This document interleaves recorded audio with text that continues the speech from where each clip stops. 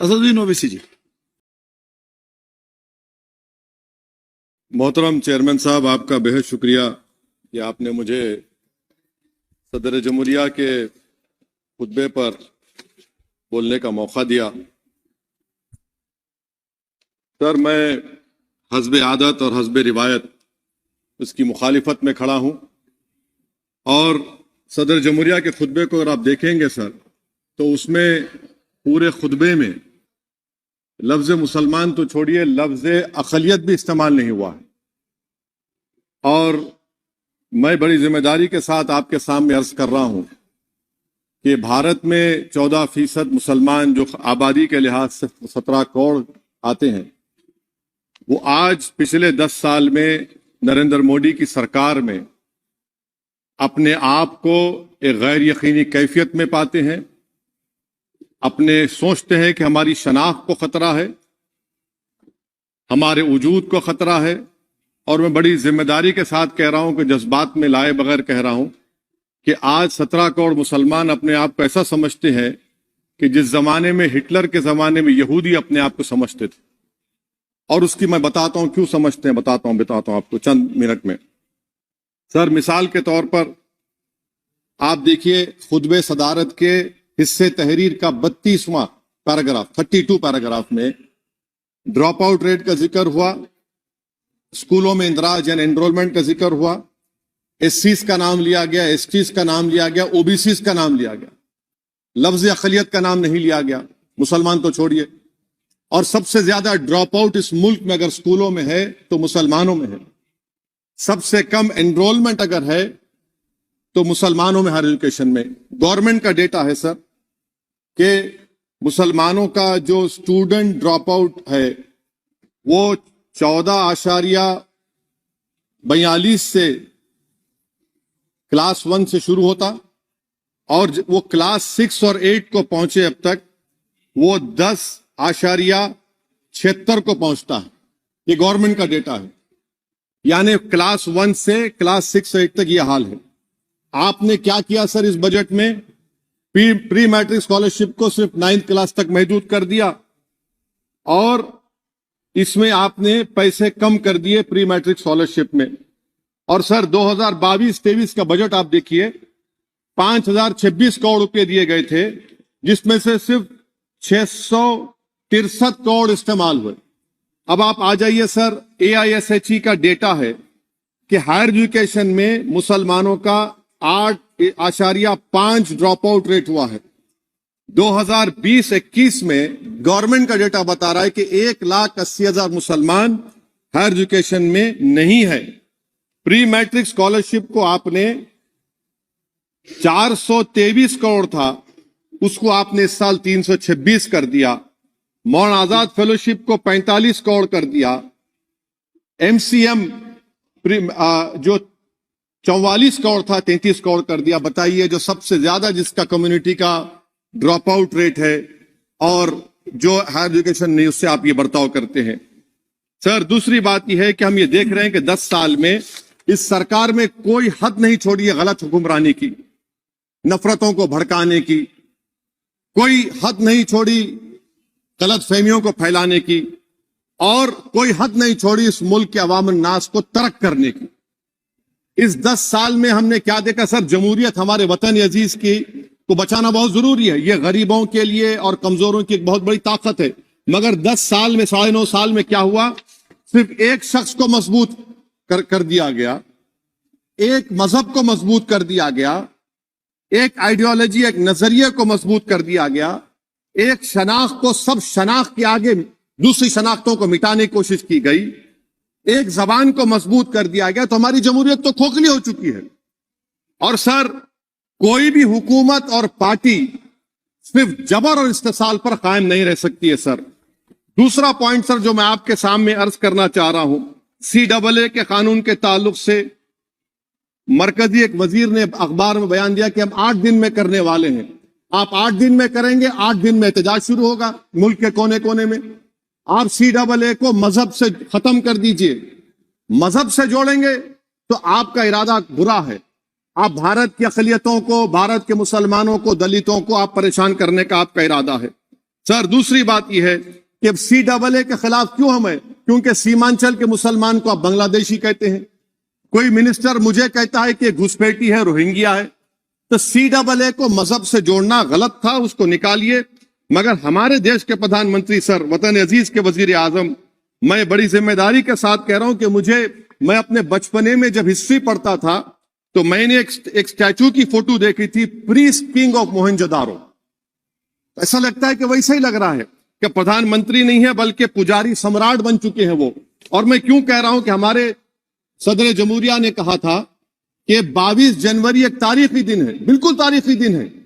22 जनवरी की बुनियाद 6 दिसंबर 92 को रखी गई।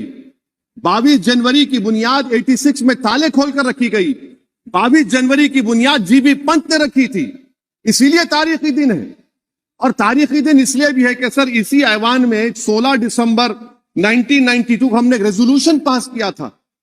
आप बताइए कि आज इस मुल्क में चाहे कोई सेकुलर पार्टी का हो या जो भी हो, वाले सब सेकुलर है, बुरा मैं हूं, किसी में हिम्मत नहीं है कि 6 दिसंबर की बात की जाए। और वो तारीखी दिन इसलिए भी है सर, इंसाफ करने वालों में एक NCLT के चेयरमैन, एक गवर्नर और एक नामजद शुदा रुकने पार्लियामेंट बैठे हुए थे। अब आप बताइए मेरे पास बचा क्या है? बचा यह है कि आर्टिकल 32 बचा है जिसको बाबा साहब अम्बेडकर ने दिया।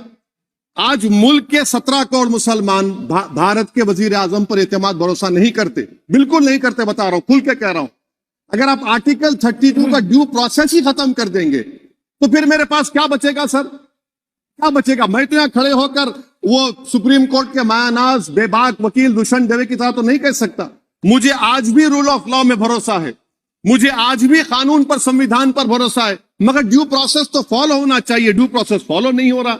एक तारीखी दिन 22 जनवरी था, एक तारीखी दिन 31 जनवरी था। सर रात के अंधेरे में अपील किए बगैर आप आरे लेकर रास्ता खोल देते हैं। क्या पैगाम दे रहे हैं सर? 600 साल की मेहरौली की मस्जिद को बगैर को नोटिस दिए आपने डिमोलिश कर दिया। मैं जिम्मेदारी के साथ कह रहा हूं कि भारत के प्रधानमंत्री और उनकी सरकार भारत के मुसलमानों से उनकी शनाख्त को छीनना चाहते हैं। ख्वाजा अजमेरी के आस्थाने पर चादर बिछाइए, मगर आप जो चादर मुझसे छीनना चाह रहे हैं मेरी मस्जिद है, आप हर मस्जिद को छीनना चाहते हैं। आप बताइए 17 करोड़ मुसलमानों को क्या पैगाम दे रहे हैं आप कि आप हर मस्जिद को छीन लेंगे मुझसे? फिर मेरा वजूद किस माने रखता है? मेरा शनाख्त क्या माने रखता है? रूल ऑफ लॉ क्या माने? अच्छा 1991 के प्लेसेस ऑफ वर्शिप एक्ट पर क्यों नहीं बोलते आप लोग? आप उस पर कायम है नहीं है।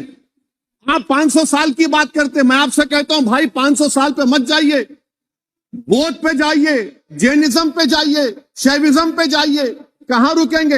अरे इस देश को आजादी मिली 47 में, संविधान मिला हमको बाबा साहब अम्बेडकर का, बराबरी का। उससे पहले तो राजा रजवाड़े थे, जमहूरियत नहीं थी, लोकतंत्र नहीं था, मगर आप उसको उस बारे में लेके जाते। अरे 500 साल आगे क्या होगा बताइए? आप किसी एक सिविलाइजेशन, सर अंग्रेजी में किसी ने कहा था civilization can not be rewritten by hatred, history can not be corrected by demolition. आप ये नहीं कर सकते। और मैं उम्मीद करता हूं कि जब मौर्ख तारीख लिखेगा, नरेंद्र मोदी इस मुल्क में तारीख लिखना चाहते हैं। क्या तारीख लिखना चाहते हैं? कि मैंने इस देश को, गांधी अंबेडकर के देश को मैंने हिंदू राष्ट्र बना दिया। मैं उम्मीद करता हूं कि हमारे भारत के हमारे हिंदू भाई देश के प्रधानमंत्री की सोच को नाकाम करेंगे, उन पर है। अब देखते हैं क्या होता है। सर नेबरहुड फर्स्ट की पॉलिसी है। नेबरहुड फर्स्ट क्या हो रहा है सर? हम सोशल मीडिया के जरिए फॉरेन पॉलिसी चला रहे हैं। मालदीव छोटा मुल्क, वो हमको आंख दिखा रहा है, चीन की गोद में बैठ गया।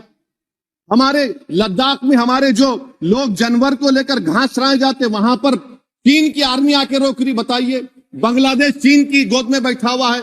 आप गैलेंट्री अवार्ड दे रहे हैं, क्यों दे रहे हैं? कि चीन बैठा हुआ है। तो आपका बफर जोन गया कहां भाई साहब? आपका बफर जोन तो कहां गया नहीं मालूम, गायब हो गया बफर जोन। और दूसरी बात सर, आप ये भी देख लीजिए कि यहां पर मैं आपको इंपॉर्टेंट पॉइंट ये बताना चाह रहा हूं सर। ये हम बोलते हैं India middle east economic corridor, कितना पैसा है बताइए? वो नहीं बताया जाता। अच्छा सर, सबसे तकलीफदेह बात मेरे लिए है कि भारत ने यूनेस्को का इलेक्शन पाकिस्तान से हार गया। हम पाकिस्तान से हार गए, ये आपकी फॉरेन पॉलिसी है। यूनेस्को के इलेक्शन हम पाकिस्तान से हार गए। अच्छा, मामला इजराइल का, फलस्तीन का, गाजा का आया। अक्टूबर में 10,000 लोग मर गए, हमने यूएन में सीज फायर की तायीद नहीं की। दिसंबर आया 20,000 मर गए, तो हमने तायद कर दी। क्यों तायद की? क्योंकि ग्लोबल साउथ को हमको फॉलो करना पड़ रहा।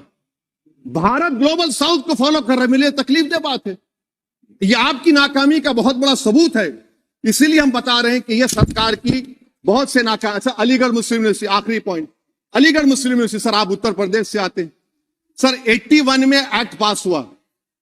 हमारा लॉ ऑफिसर कोर्ट में कहता है कि मैं पार्लियामेंट के एक्ट को नहीं मानता। कैसे नहीं मानते सर?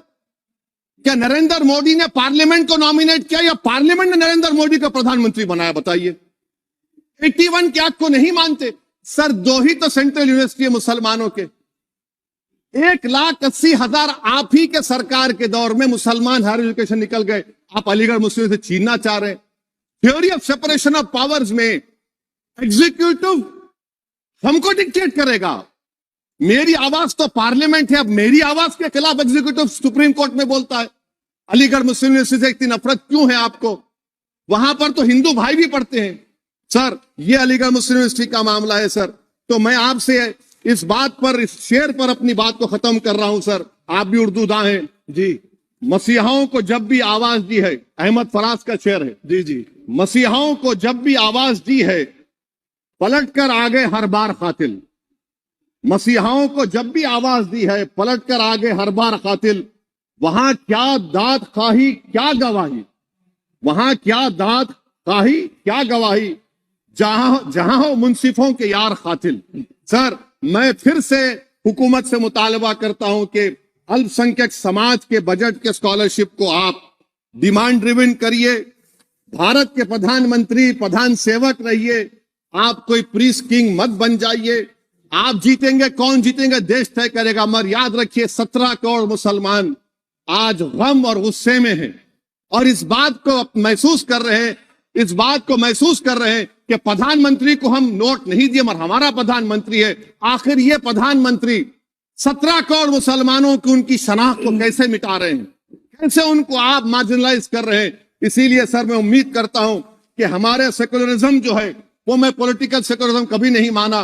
जो सेकुलरिज्म संविधान में लिखा गया, उसकी हिफाजत करेंगे। मुल्क अहम है, वरना याद रखिए, आप चुनाव जीते या हारे, मगर अगर आप 17 करोड़ एक जनता को आप गैर यकीनी कैफियत पैदा कर देंगे, ये देश के हित में नहीं होगा। बल्कि हम तो उम्मीद कर रहे हैं कि ड्यू प्रोसेस अदालत फॉलो करेगी।